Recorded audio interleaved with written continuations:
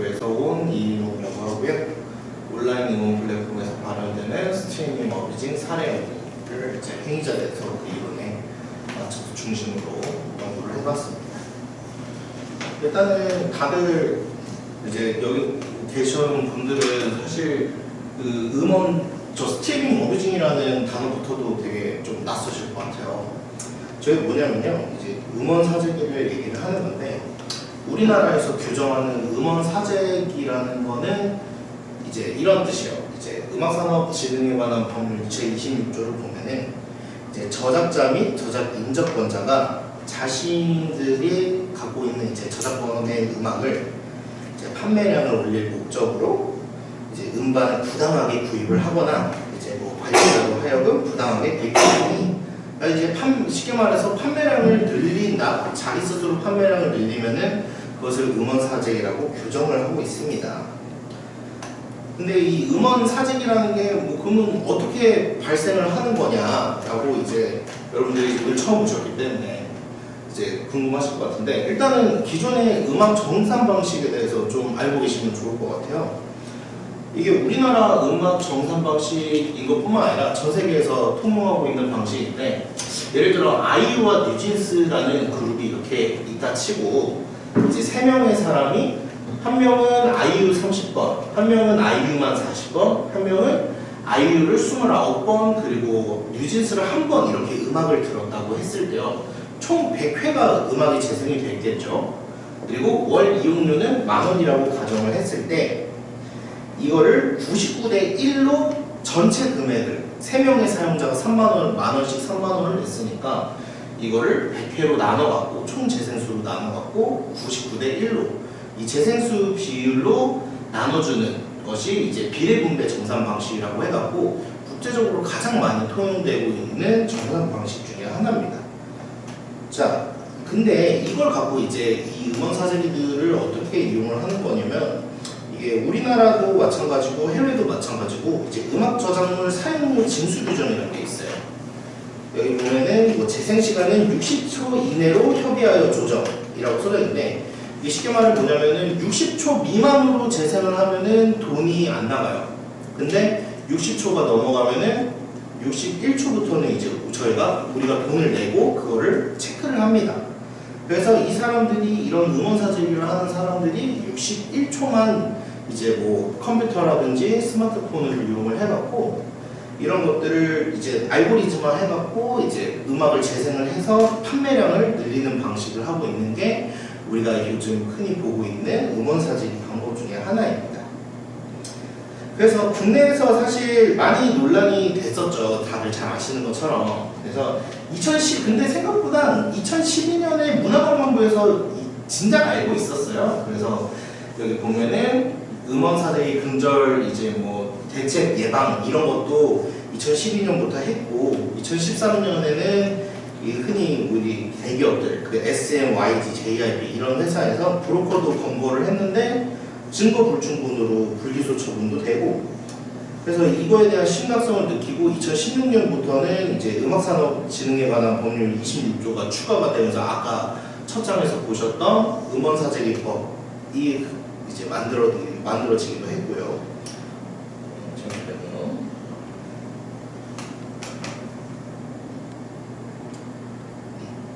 그 대중적으로 알려진 거는 그 이제 블락비의 박경이라는 이제 멤버가 이제 트위터에다가 이제 이러한 글을 올리면서부터 이제 음원 사재기 논란이 많이 심화가 됐고, 그때쯤에 이제 그것이 알고 싶다 해서 조작된 세계라는 이름으로 방송을 하면서 이제 우리가 음원 사재기에서 관심을 많이 갖게 된 거죠. 자, 근데 우리가 잘 알고 있는 것처럼 음원 사재기가 논란은 많긴 했는데 사실 국내에서는요 단 한 번도 처벌된 사례가 없어요. 그래서 이제 흔히 법학자들은 애초에 지능법이기도 하고 지능에 관한 법률이기도 하고 좀 실효성이 좀 떨어지는 법안이다, 이게 체크를 하기가 어렵다, 뭐 그런 의견들이 있습니다. 그래서 우리나라 법에서 지금 일반법, 음악산업진흥에 관한 법률, 광고통신망법, 정보통신망법 뭐 등등 이런 법조항들에 이제 해당이 될 만한 내용들이 있기는 한데 실제로 처벌을 가능성이 있는 거지 규제가 확실히 이루어지기는 좀 힘들다는 게 전문가들의 의견이에요. 그래서 특히나 이게 개인의 기본권, 뭐 내가 쉽게 말해서 내가 내 돈 내고 쓰겠다는데 무슨 상관이냐, 이거하고 이제 부딪히는 이제 문제가 가장 크다는 거죠. 그러면 이제 기관들에서는 이거에 대해서 또 어떤 입장을 갖고 있냐면 2020년에 이제 음악산업백서를 보면 문화관광부와 이제 한국진흥원에서 콘텐츠진흥원에서 만든 이걸 보면요, 이게 어차피 음원 사재기는 밴드웨건 효과로 미디어 노출이 목적이다. 그래서 이거를 우리가 제재하기가 힘들다. 그래서 민간 영역에서 자율성과 전문성을 존중을 해주기도 해야 되고, 이게 좀 내부 고발자가 없으면 대응에 한계가 있으니까 이게 약간 좀 신고할 수 있는 틀을 마련을 해놓겠다로 이제 마무리가 되고, 사실 지금까지 이어오고 있는 게 현재 실정입니다. 그래서 이러한 태도들을 보고 이제 약간 좀 정부 개입을 해서 정부 개입의 한계가 좀 있다. 그리고 조금 어쩌면은 강제적 징벌 체계가 한시적으로 필요한 것 같기도 하다라는 의견들도 나오고 있는 실정입니다. 그러면은 해외는 또 어떠냐? 뭔가 항상 이렇게 얘기를 하면은 빌보드는 좀 깨끗한 거 아닌가요? 우리 스포티파이라든지 이런 차트들은 굉장히 상대적으로 좀 공정성이 있지 않나요? 라는 의견을 많이 주시는데요. 실제로 사실 원래 애초에 차트 문화나 이런 것들이 외국에서 넘어온 것처럼 그쪽이 조금 더 이런 음원 사재기나 이런 것들에 대해서는 훨씬 더 관대하게 작용을 해요. 그래서 제가 찾았던 것이 뭐였냐면은 스테미파이라는 것이 존재를 하더라고요. 이게 뭐냐면은 그 뮤직 프로모션이라는 이름으로 내가 매월 오른쪽에 보시는 것처럼 매월 얼마를 내면은 정기적으로 팔로워를 늘려주고, 그리고 재생수를 늘려주고, 그리고 좋아요 수를 늘려준다든지 이런 것들을 하는 이제 아예 이런 프로모션들이 있더라고요. 그래서 이제 피버라든지 이런 우리나라로 치면 크몬 같은 이런 프리랜서 사이트들은 뮤직 프로모션에 관련된 것들이 굉장히 많습니다. 제가 최근에 찾아본 바로는 이것도 또 트렌드가 있더라고요. 어제 보니까 제가 어제 호텔에서 찾아보니까 요즘은 이제 스포티파이를 중심으로도 있긴 한데 유튜브 재생수 프로모션들이 이제 또 있는 되게 아주 이런 흔히 말하는 어뷰징을 이분들은 이제 되게 하나의 산업으로 바라보고 있는 관점도 있더라 라는 거죠. 근데 하지만 해외에서도 이런 것들에 대한 문제 제기는 항상 있어 왔고요. 그래서 제가 이제 이번에 이 해외 사례를 들어 해외에서는 어떠한 스트리밍 어뷰징들이 일어나고 있었는지, 이런 흔히 말하는 음원 사재기들이 일어나고 있었는지를 3가지 사례를 조사를 했습니다. 그래서 첫 번째 사례는 불가리아 ISRC 스캔이고요. 이 ISRC는 이제 국제 레코드 코드인데 이 레코드 코드를 갖고 있는 음악들이 스캔을 일으켰던 사건이고요. 두 번째는 사실 BTS 다이너마이트, 저거는 한국 아닌가요? 라고 하시겠지만 실제로 이제 트위터를 중심으로 일어난 외국 이제 팬덤의 이제 스캠이었기 때문에, 이걸 총공이었기 때문에 이걸 이제 해외 사례로 바라보고요. 그리고 나머지는 세 번째 사례는 이제 버프팩이라는 락 밴드의 이제 슬리피파이라는 사건이었습니다. 그래서 이러한 사례들을 저는 이 행위자 네트워크 이론이라는 걸로, 아까 제 첫 발표 제목에 있었죠. 자, 이 행위자 네트워크 이론이 굉장히 좀 낯서실 거예요. 아까 보니까 제 뒤에 이제 발표하시는 분 중에도 이 이론을 사용하신 분이 있으시던데, 잘 아시겠지만 이게 사실 설명하기 참 복잡한 이론입니다. 이게 이제 브루노 라투르라는 이제 학자가 이제 과학기술학에서 이제 정립을 시킨 건데, 이제 인간과 비인간 사이에 만들어지는 변덕스러운 네트워크라는 개념을 이용하여 이제 불확실하고 유동적인 세상을 분석한다라는 것인데요. 이게 좀 많이 복잡해요. 그래서 제가 심플하게 예를 하나 들어보겠습니다. 저희의 분석 틀에도 항상 나오는 스포티파이인데요. 자, 저 스포티파이를 OPP, 필수 통과점이라는 중심으로 하나를 두고 설명을 드리면, 위에 보면은 행위자가 어떠한 장애물이나 문제점을 거쳐서 목표를 갖는 이러한 과정에서 아티스트가 수익 창출의 목적을 갖고 있는데, 수익 창출을 하려면 어떻게 해야 될까라고 하니 스포티파이를 거쳐서 음원 수익을 얻어낸다. 이거를 이 아티스트가 스포티파이라는 네트워크에 포함이 됐다라고 해서 이거를 번역이라고 부릅니다. 그래서 이런 식으로 사용자가 스포티파이 음악을 듣고 싶으니 스포티파이를 거쳐서 음악 구독 서비스를 이루고, 팬덤은 아티스트에 대한 광적인 팬심을 이루고 싶으니 스포티파이를 거쳐서 스밍 총봉이라는 행위로 이어지고요. 그리고 이 과정 중에 이 사람들이 만들어진 네트워크로 인해서 오른쪽에 블랙박스라는 결과로 이어졌다. 이 블랙박스가 인기 차트가 블랙박스화 되어 뭔가 이러한 장면들을 보여줬다라고 하는 것이 행위자 네트워크 이론입니다. 이게 이제 가장 전통적인 분석 틀인데, 이거에 맞춰서 지금 한번 사례들을 분석을 해볼게요. 자, 첫 번째 사례입니다. 불가리아 ISLC 스캠 사건인데요. 이 사건 같은 경우에는 되게 황당해요. 2017년 5월 3일에 스포티파이 스트리밍 사이트에 2개의 플레이리스트가 올라옵니다. 근데 여기에는 이제 한 467개의 트랙이 음악이 들어있었는데, 이게 사실 음악이라고 하긴 좀 그래요. 한 30초 정도의 짧은 기침 소리, 막 콜락콜락 막 이런 소리들이 녹음이 되어 있었던 음악인데, 아티스트나 앨범명들은 되게 정확하게 뭔가 실제로 있는 아티스트인 양 적혀 있었어요. 그리고 아까 말씀드렸던 것처럼 불가리아 ISRC, 이 음원들은 불가리아에 있는 이제 레코드 코드를 받아서 유통이 된 음원들이었던 거죠. 근데 이 음원들이 아까 제가 일본이 미리 듣기라고 말씀드렸죠. 1분 1초가 나오면 사실 정확하게는 30초예요. 근데 우리나라에서는 그거를 이제 플랫폼사하고 협의를 해서 1분까지 늘린 건데, 이게 해외 외국 같은 경우에는 31초부터 그러면 체킹이 되겠죠. 그래서 31초 정도 가량의 음원들이 월 평균 1억 300만 회가 재생이 됩니다. 스포티파이 계정 1200개로. 그러고 나니까 이게 흔히 말하는 이제 바이럴을 탄 거죠. 밴드웨건이 일어나갖고 이 2개가 미국 차트 11위, 22위까지 올라가는 기록을 토해요. 그래서 이게 5월달부터 시작이 됐던 건데, 9월 말에 이제 스포티파이 직원도 아니고 이제 뭐 관련 이제 산업에 종사하고 있던 임원이 발견을 해갖고 스포티파이에 신고를 합니다. 자, 이 사람들이 이렇게 해서 얻은 수익이 월 평균 이제 100만 달러, 그러니까 하나로 한 13억 원 정도가 돼요. 그러니까 이제 5월, 6월, 7월, 8월, 9월, 10월 하면은 액수가 엄청나죠.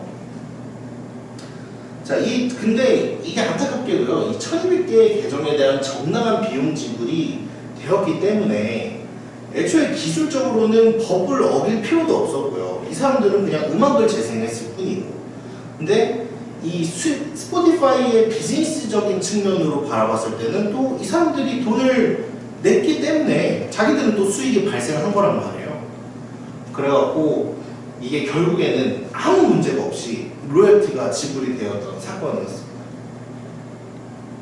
그래서 이 플레이리스트가 스포티파이를 거쳐서 소비자에게 전달이 되는 이 네트워크가 허위 사용자가 판매량을 증가를 할 목적으로 스포티파이에 들어가서 고의적인 스트리밍 어뷰징을 만들고, 그리고 그렇게 만들어진 차트가 이제 허위 사용자의 교란을 일으켜 왜곡된 차트로 변질이 되고요.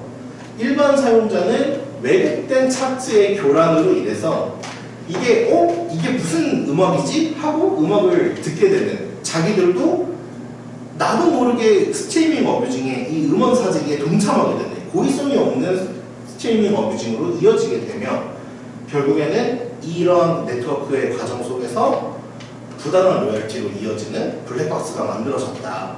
이 불가리아 ISRC 스캠은 결국에는 부당한 로열티를 만들어내는데 결과가 만들어졌다라는 사례를 봤습니다. 다음은 두 번째 사례인데요.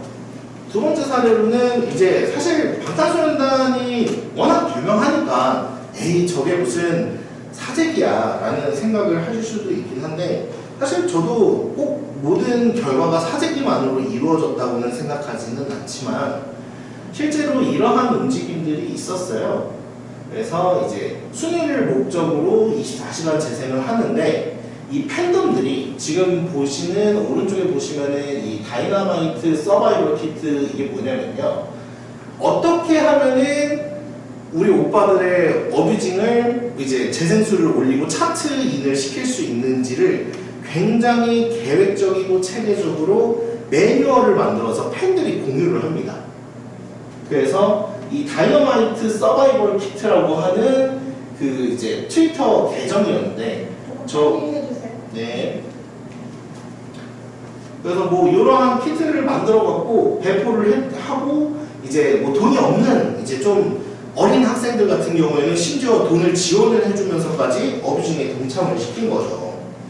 그래서 방탄소년단이 스포티파이를 거치는 이 네트워크에서 팬들이 저 빌보드, 저 BTS 빌보드라는 저 다이너마이트 서바이벌 키트라는 계정을 만나갖고 조직적인 스트리밍 어뷰징을 하게 되고 그 차트는 팬덤의 어뷰징으로 인해 스포티파이에서 왜곡된 차트로 변질되고요. 그리고 일반 사용자는 이제 이 웹 차트에 대한 교란으로 자기들도 뭐 순위가 올라가는 음악이니까 방탄소년단이 인기가 많나 보다 한번 들어볼까? 라는 호기심으로 작용을 하고 이것이 엄청난 음원 성적으로 이어집니다. 다음은 사례 3번인데요. 이거는 이제 버프팩이라는 락밴드가 2014년 3월에 음반을 발매를 합니다. 근데 이것도 30초 길이의 7곡의 트랙이 있어요. 아무것도 들리지 않는 트랙입니다. 10개를 업로드를 했는데 이거를 자기들이 유튜브에다가 올리고 프로모션을 해요. 하나 이제 크라우드 펀딩을 하는데 자기들이 뭐 무료 투어, 전국 투어 콘서트를 할 건데 여러분들은 내 팬들이니까 자는 동안에 이 음반을 틀어주세요.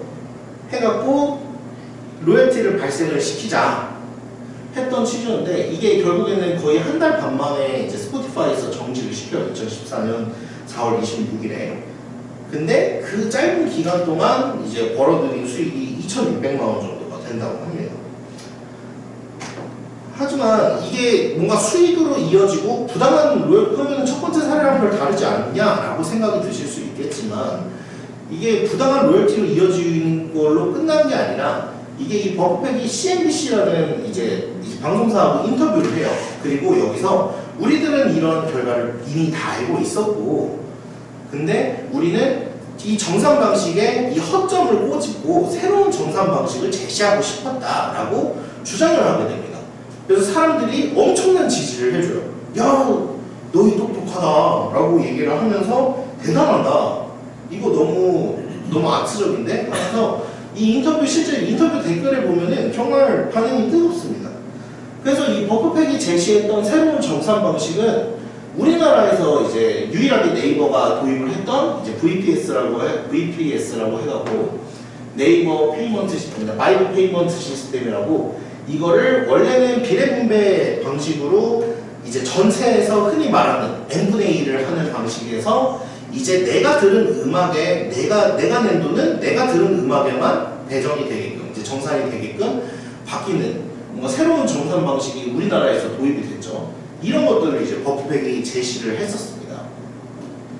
그래서 이 버프팩의 네트워크에서도 팬들이 스포티파이를 통해서 버프팩의 크라우드 펀딩 영상을 만나서 이제 조직적인 스트리밍 어뷰징을 하게 되었고요. CNBC는 이제 버프팩의 인터뷰를 통해 이제 기존 정산 방식의 문제점을 꼬집고 일반 사용자들은 왜곡된 차트에 대한 불만을 갖고 있었는데 이러한 네트워크들을 보면서 버프팩에 대한 스트리밍 어뷰징을 자발적으로 해주는 그래서 이전에는 뭔가 부당한 로열티로 이어졌던 결과가 얘네들은 새로운 정산 방식을 제시하는 뭔가 아주 새로운 결과로 이어지게 됩니다. 그래서 결과적으로 첫 번째 사례는 불가리아 ISRC 스캠은 부당한 로열티를 챙기게 되었고요. 사례 2번은 이제 이 총공은 엄청난 음원 성적, 뭔가 첫 번째 사례, 두 번째 사례 다 이제 뭔가 어떤 개인의 이득으로 이어졌다면 세 번째 사례 같은 경우에는 전체적인 시스템을 좀 개선하고 구조를 뭐 새로운 방식을 개선하자 이러한 뭐 움직임으로 제시됐다는 점에서 참 신기했습니다. 그래서 결론을 보면요, 이게 같은 음원 사직임에도 서로 다른 결과를 가져오고 이러한 엔드 분석을 통해서 이걸 바라보니까 약간 상생 구조의 통찰을 볼 수 있었다. 그리고 이게 수용자의 역치행위가 이 사람들이 이것들을 어떻게 받아들이냐, 이 수용자들이 어떻게 받아들이냐에 따라서 네트워크가 형성되는 과정 중에 서로 차별성 있는 결과가 만들어지더라 라는 점을 볼 수 있었습니다. 하지만 이게 아직 사실은 숨겨진 진실 확인이 좀 어렵기도 하고요. 그리고 근본적인 음원 사직이 문제가 해결되지는 않았기 때문에 앞으로도 이제 창의적인 연구 방법론이 동원된 후속 연구가 필요하지 않을까라고 생각하게 되었습니다. 제 발표는 여기까지입니다. 네, 질문